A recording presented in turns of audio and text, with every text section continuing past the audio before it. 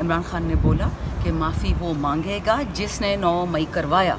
अगर मेरा कोई था तो मैं माफ़ी मांगूंगा, लेकिन सबूत दे। हवा में तो बात नहीं हो सकती कि तुमने किया, तुम जेल बचे। सुप्रीम कोर्ट पे नवाज शरीफ और उसके गुंडों ने अटैक किया था, आज तक कुछ कोई कमीशन उस पर हुआ? उस वतन ने तो जिंदा रहना है ना। तो अगर आप जर्नलिस्ट को, पुलिस वालों को, फौजियों को, नौजवानों को, शुहदा को उड़ा के रख दोगे तो रहा क्या इस मुल्क में?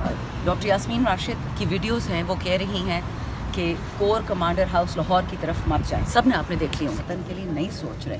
तीसरी बात, फुटेज निकाले 100 बिस्मिल्लाह, अगर मैं भी उसमें इन्वॉल्व हुई ना तो मैं भी सजा के लिए तैयार हूँ। अच्छा, वतन का दुश्मन है जो कहता है कि मैं ईंट से ईंट बजाऊंगा। वतन का दुश्मन है जो कहता था नेशनल असेंबली में खड़े होकर कि ये फौजी तो हमारी हड्डियों का पता नहीं सुरमा खा गए हैं क्या।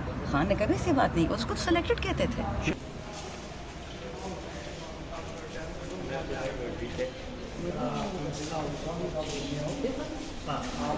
आलम एक जर्नलिस्ट से मेरी उनसे ट्विटर पे बाकायदा लड़ाई हुई। उन्होंने एक झूठी तस्वीर लगाई, उसमें क्या था, कोई बंदा है पीटीआई की टोपी पहनी हुई है, मफलर पहना हुआ है और मुजस्मा किसी फौजी का पकड़ा हुआ है, तोड़ने की कोशिश कर रहा है। पीछे 3 रेंजर्स खड़े हैं, साइड पे 4 पुलिस वाले और 3 इधर फौजी, और सब उसके साथ यूँ करके तस्वीरें ले रहे हैं। मैं आपसे शेयर कर लूँगी, मुझे कोई टेक्स्ट करे आज, मैं आपसे बाकायदा वो तस्वीर शेयर करती हूँ कि कोई पीटीआई का बंदा फौजी तनसीब के अंदर घुस के कोई तोड़ रहा होगा और लोग उसके साथ अपनी सेल्फियाँ ले रहे होंगे। ये मानने की बात है? फुटेज तो हमसे मांगे, हम आपको देंगे। याद रखिए, अब सड़कों पे जो निकलेंगे ना, वो पीटीआई नहीं होगी, वो पाकिस्तानी अवाम होगी जो इस वक्त ना बिजली का बिल दे सकती है, बच्चों को मार रहे हैं, खुदकुशियाँ कर रहे हैं, सड़कों से ऊपर से ब्रिज से जंप कर रहे हैं। इस वक्त इसको हल्का लोग ले रहे हैं। इस वक्त क़यामत की घड़ियाँ पाकिस्तान में। अभी सुबह डॉक्टर फहमीदा मिर्ज़ा से बात हुई, उनके वर्कर्स बदीन से उठा के लेके जा रहे हैं, कभी नौशेरो, कभी कराची, कभी लाड़काना, और उन पे एफआईआर हो रही है कि जी आप जीडीए को छोड़ो। क्यों? जो जीडीए ने ये गलती की कि उन्होंने कहा कि वो पीटीआई के साथ अलायंस करना चाहते हैं, जिस तरह मेंगल साहब ने किया, चकजई साहब ने किया।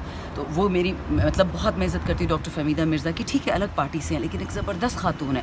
तो सुबह कह रही थी कि जो जुल्म शुरू हो चुका है बदीन में, कहती सिंध की कोई बात ही नहीं कर रहा। तो इसलिए मैं आपको बता रही हूँ कि ये गेम कुछ और है, ये वो नहीं है जो नज़र आता है हमको। जो कल खबरें चलाई गई हैं तमाम टीवी चैनल्स ने, एकदम तूफान आ गया कि खान साहब टूट गए हैं, माफ़ी हो गई है, माफ़ी मांग ली गई है, अब ये सब कुछ कौन करवा रहा है? अच्छा, एक बात बताऊँ, एक कौम में जब झूठ इस हद तक आ जाए कि मीडिया भी झूठ बोल रहा है, आप तो देखिए इंडिपेंडेंट मीडिया ना, आपने जो रिपोर्ट करना है करेंगे। जब एक पैसों वाला मीडिया जो 50-50 लाख कमाता है एक शो के रात को, वो झूठ बोलना शुरू कर दे, आप समझ जाओ कि जो स्टेट का 4th पिलर था, जर्नलिज्म, एंकर्स जो हम पे नज़र रखते थे, अब उन पे कोई नज़र रख रहा है। उनके मुंह से वही निकलता है जो कोई निकलवाना चाह रहा है। मेरे लिए तो बहुत ही दुख और शर्म का मकाम है। इमरान खान ने बोला कि माफ़ी वो मांगेगा जिसने 9 मई करवाया। अगर मेरा कोई था तो मैं माफ़ी मांगूंगा, लेकिन सबूत दे। हवा में तो बात नहीं हो सकती कि तुमने किया, तुम जेल में जाओ।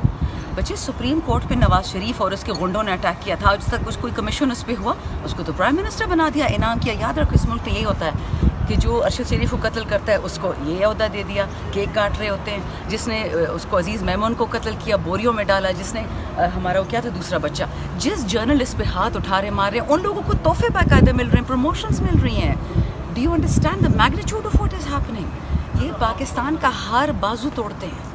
देखो, खान साहब ने, मैंने कितनी दफ़ा कहा है ना, खान साहब की बहन है ना, मैं या पीटीआई को कोई मेंबर, हम सब ने कब्रों में जाना है, वतन ने तो जिंदा रहना है ना। तो अगर आप जर्नलिस्ट को, पुलिस वालों को, फौजियों को, नौजवानों को, शुहदा को उड़ा के रख दोगे तो रहा क्या इस मुल्क में? किसके लिए मुल्क खाली करा रहे हो? वैसे 14 अगस्त को लेके पीटीआई फिर एक बार एहतजाज करने जा रही है, सड़कों में निकलने जा रही है। अब तो तलबा भी जो है अपने बयानात रिकॉर्ड करवा रहे हैं कि हम भी निकलने जा रहे हैं बांग्लादेश की तरफ। क्या आपको लगता है पाकिस्तान में भी तलबा तंजीम मुतारिक होने जा रही है? बच्चे देखो, तलबा की बात नहीं है, नौजवानों की बात है। पाकिस्तान में इस वक्त आपकी 70% आबादी 30 साल की उम्र से कम है। वो तंग आ गए हैं। वो मरियम और बिलावल और उन बाकी चोरों के जूतों के और कोटों के बिल नहीं देना चाहते। वो अपनी ज़िंदगी चाहते हैं, अपनी तालीम, अपनी नौकरी। दूसरी बात, ये जब निकलेगा ना मजमा, जैसे मैंने बताया, ये पूरा पाकिस्तान निकलेगा। बनू में तो पीटीएम निकली थी, पश्तीन के लोग थे, मेरे लोग तो नहीं थे पीटीआई के, लेकिन पाकिस्तानी है, अवाम है। जो हो रहा है करक उधर कुरमा में, वो भी पाकिस्तानी, उनका तो पीटीआई से कोई लेना देना नहीं है। शिया सुन्नी की जंग छिड़वा दी, मेरे हल्के में कोयले के पीछे पुलिस को मरवा दिया। याद रखें, लोग अब निकलेंगे क्योंकि वो तंग आ गए हैं इस फरसूदा सिस्टम से। अल्लाह करे साहिब इक़्तिदार लोग जो हैं उनमें अकल हो और वतन की फ़िक्र है, अपने ख़ानदानों की फ़िक्र मत करें, वरना जो होगा। और याद रखिए, जो थ्रेट दिया ना लोगों ने, ये उन्होंने हुकूमत को नहीं दी, हमको दी है। मेरे हल्के वाले मुझे कहते हैं ये जो हमने किया 5 अगस्त को सवाबी में, ये जलसा, ये हल्के की डिमांड थी कि हमने निकलना है खान के लिए। लीडर निकलता है, नहीं निकलता। एग्जैक्टली यही चीज़ हुई बांग्लादेश में, एग्जैक्टली श्रीलंका में हुआ, लेबनान में हो रहा है और कितने ममालिक में हो रहा है। अब लोग लीडर्स को नहीं मानते, लोग एक्शन को मानते। जो खान के हक में निकलेगा वो जिस पार्टी से होगा, आप देख ही रहे कि वो पार्टी जो पीटीआई को बुरा भला कहती थी, ऑल ऑफ अ सडन हमारे बेस्ट फ्रेंड्स हो गए, सब हमारे साथ बैठना चाहते हैं। हम तो जेलों में बैठे हैं, हमारा लीडर सजा बेगुनाह बैठा हुआ है, पता नहीं कौन सी सजा काट रहा है। Everybody wants to talk to PTI, हर बंदा पीटीआई का दोस्त बनना चाह रहे हैं कि उनको डर लग रहा है कि जब ये लोग निकलेंगे तो पिटाई सबकी होनी है। जी अभी मैम किससे मांगेगा इमरान खान माफ़ी अगर मशरूत इमरान खान किसी से माफ़ी नहीं मांगेगा।